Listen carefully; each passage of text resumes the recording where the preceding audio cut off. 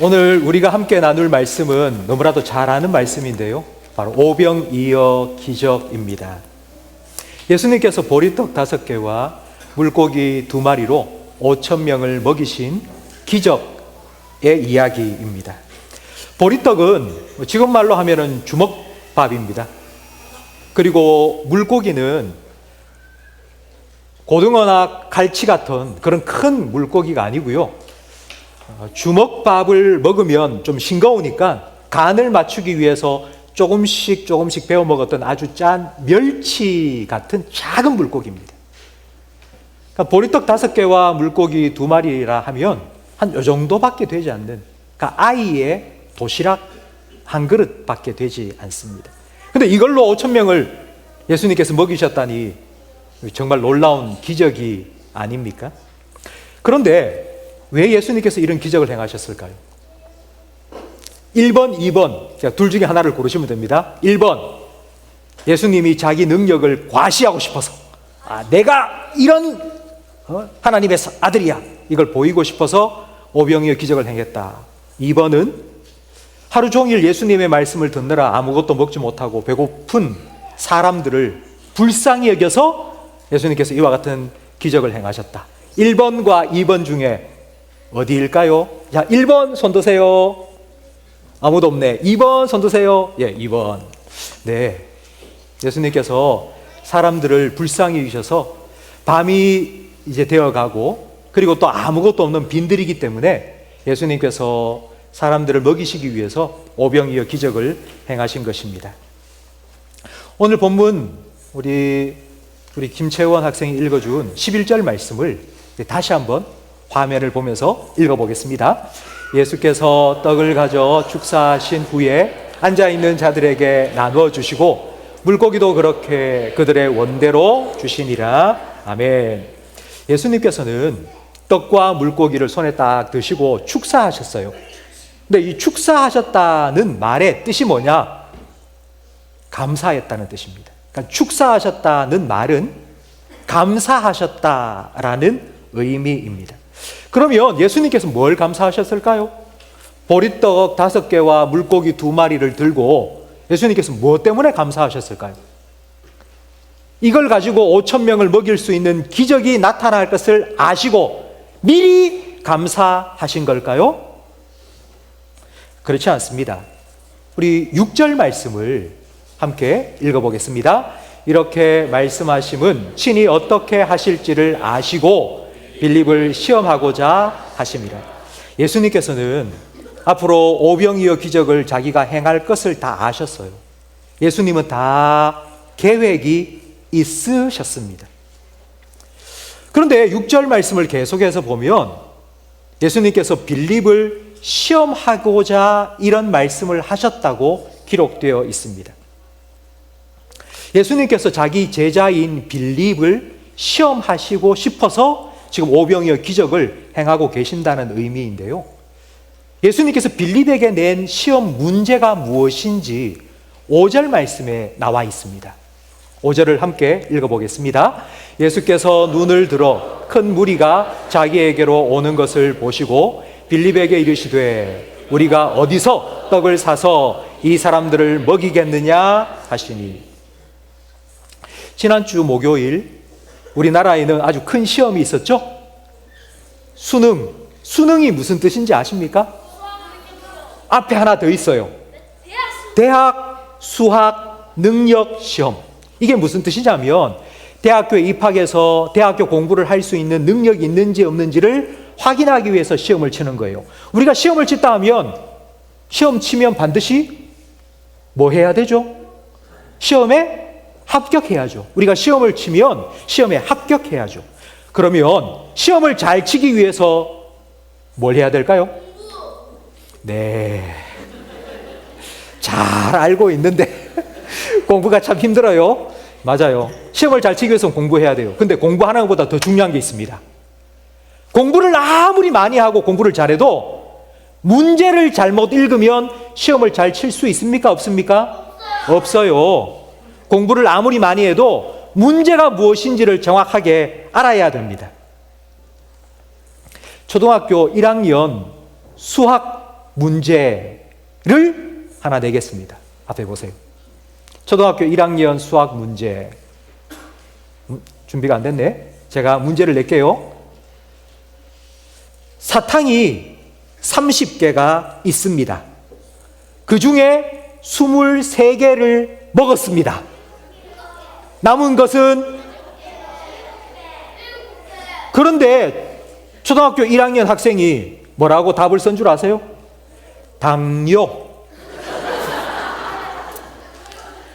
초등학교 1학년이 얼마나 똑똑한지, Y책을 얼마나 많이 읽었는지, 사탕 많이 먹으면 당뇨 걸린다는 걸 알고는 수학 문제인데 그걸 과학 문제인 줄 알고 당뇨라고 쓴 거예요. 아무리 똑똑해도 문제를 제대로 파악하지 못하면 틀립니다. 그러면 예수님께서 빌립에게 문제를 냈어요. 야, 우리가 이 많은 사람에게 어떻게 이거 먹을 걸 줄 수 있겠냐? 그럼 예수님께서 이 질문을 한 의도가 뭘까요? 예수님은 왜 이 질문을, 이 시험을 빌립에게 냈을까요? 예수님은 어떤 대답을 원하셨을까요? 빌립이 예수님은 돌로 떡을 만들 수 있잖아요. 여기에 돌 천지 삐까리입니다. 이 돌로 떡을 만들어서 다 먹이세요. 예수님 믿습니다. 이런 대답을 원하셨을까요? 예수님은 어떻게 하실 줄을 이미 알고 계셨어요. 예수님은 오병이어 기적을 행하실 계획을 이미 갖고 계셨어요. 그럼 도대체 예수님은 빌립에게 뭘 원하신 걸까요? 빌립의 대답, 예수님의 이 시험 문제에 대한 빌립의 대답이 5절 말씀, 7절 말씀에 나옵니다. 우리 7절 말씀을 화면을 보면서 함께 읽어보겠습니다.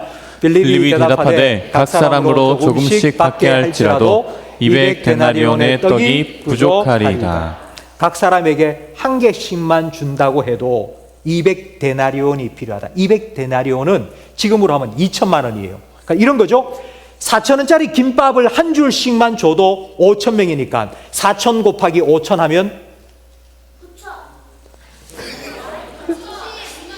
2천만 원, 4,000원짜리 김밥을 5천 명에게 주려고 다 살라 그러면 2천만 원이 필요하다는 거예요.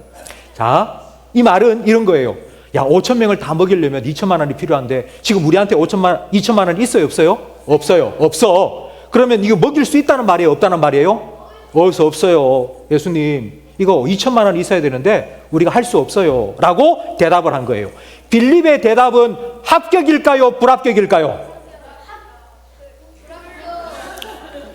합격을 줬으면 좋겠는데 과연 불합격일까요? 아니면 합격일까요? 이때에 또 한 명의 제자가 등장했습니다. 그 사람의 이름은 안드레인데 안드레는 혼자 온 게 아니에요. 한 아이를 데리고 온 거예요. 근데 그 아이의 손에는 뭐가 들었냐 하니까 보리떡 5개와 물고기 2마리가 있는 거예요.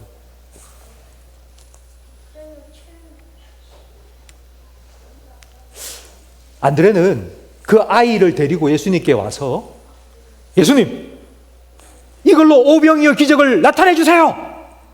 이렇게 말했으면 좋겠는데 그렇게 말하지 않았어요. 안드레는 예수님께 뭐라고 말했는지 우리 9절 말씀을 함께 읽어보겠습니다. 여기 한 아이가 있어 보리떡 5개와 물고기 2마리를 가지고 있나이다. 그러나 그것이 이 많은 사람에게 얼마나 되겠사옵나이까. 이 말은 이런 뜻이에요. 요게 이 5천 명에게 무슨 도움이 되겠습니까? 도움이 된다는 말입니까? 안 된다는 말입니까? 도움이 안 된다고. 요거밖에 안 되는데 이거 가지고 어떻게 5천 명 먹어요? 한 사람 먹어도 배고플 건데. 안드레의 이 대답은 합격일까요? 아니면 불합격일까요? 네.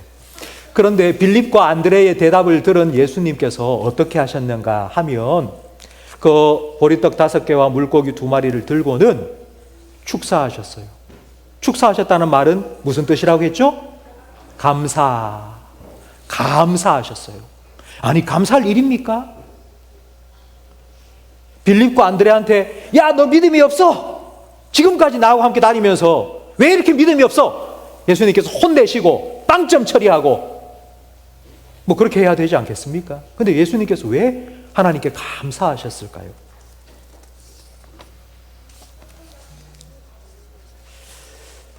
예수님께서는 빌립과 안드레의 대답을 들으시고 자기가 낸 시험에 두 사람이 다 합격했다고 생각했기 때문에 하나님께 감사한 거예요.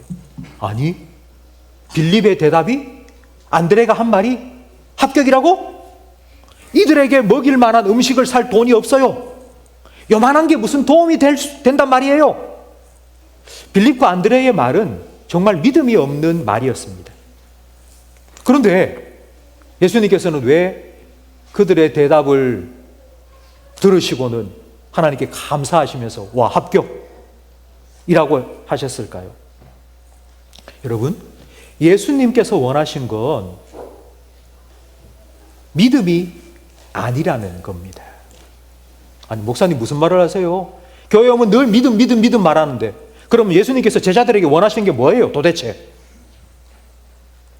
여러분, 오늘 5절 말씀, 예수님의 문제를 다시 한번 읽어보겠습니다. 예수님께서 어떤 시험 문제를 내셨는지를 다시 한번 읽어보겠습니다. 함께 시작.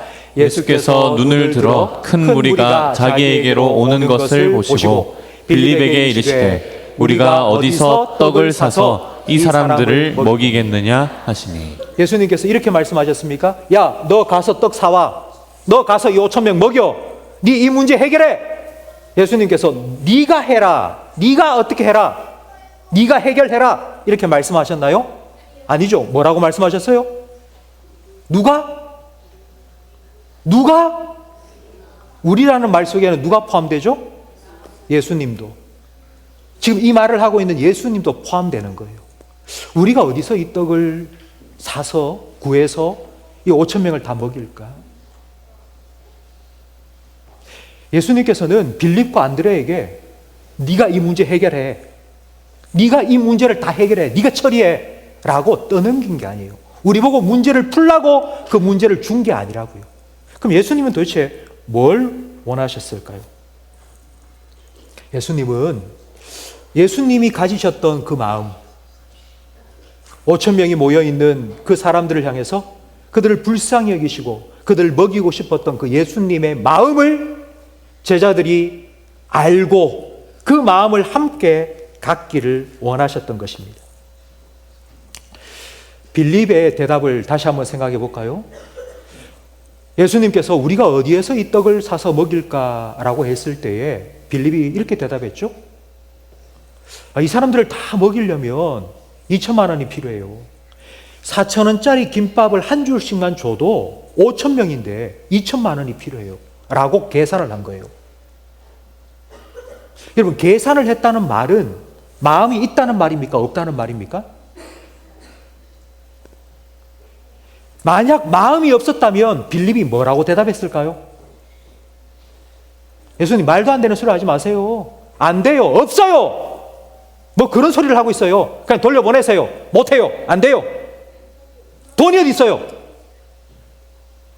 그리고 그냥 휙 돌아갔을 겁니다. 안드레는 어땠습니까? 만약 안드레의 마음에 예수님의 마음을 품지 않았다면, 그렇다면은 오병이어를 가진 그 어린아이를 예수님께 데리고 오지도 않았겠죠. 이게 얼마나 되겠습니까? 라는 말도 하지 않았을 겁니다. 그런데 빌립도 안드레도 예수님이 가지셨던 그 마음을 요만큼이라도 갖고 있었던 거예요. 예수님께서 원하셨던 건 5,000명을 먹일 만한 음식을 살 돈이 아니었습니다. 그건 예수님이 알아서 하실 거예요. 그건 예수님께서 알아서 오병이어의 기적을 행하셔서 다 먹이실 거예요. 예수님은 자기가 어떻게 하실지 이미 계획을 다 짜 놓으셨어요. 우리의 믿음이 조금 부족하다 할지라도 이게 뭐가 되겠냐고, 이것 가지고. 택도 없는 소리 하지 말라고. 우리의 믿음이 부족해도 예수님은 계획하신 대로, 자기의 계획대로 이루실 거예요. 진짜 예수님이 원하셨던 건 바로 예수님의 마음을 알고 그 마음을 함께 품는 것입니다. 그래서 예수님께서는 그 오병이어 요거밖에 안 되는 걸 들고는 하나님께 감사한 거예요. 하나님 감사합니다. 나와 함께 있는 이 제자들이, 나를 믿고 따르는 이 제자들이 나의 마음을 알고 나와 함께 해주니 하나님 감사합니다. 하나님께서 큰 영광 받으시고 이들의 삶을 통해서 계속하여서 오병이어의 역사가 이들의 삶에 나타나게 해달라고 그렇게 감사한 겁니다. 오늘은 추수감사주일입니다. 한 해를 돌아보면서 우리의 삶에 하나님께서 어떤 은혜를 베푸셨는지 기억하며 감사로 하나님을 예배하는 주일인데요. 저는 지난 한 해를 돌아보면서 제일 감사한 거 한 가지가 있습니다. 모든 게 다 감사한데요. 그 중에 가장 감사한 거 하나가 뭐냐면요. 우리 교회가 새로운 교회를 건축하기 위해서 우리 모든 성도님들이 마음을 모아서 함께 기도하며 준비를 시작했다는 것. 저는 이게 너무너무 감사합니다.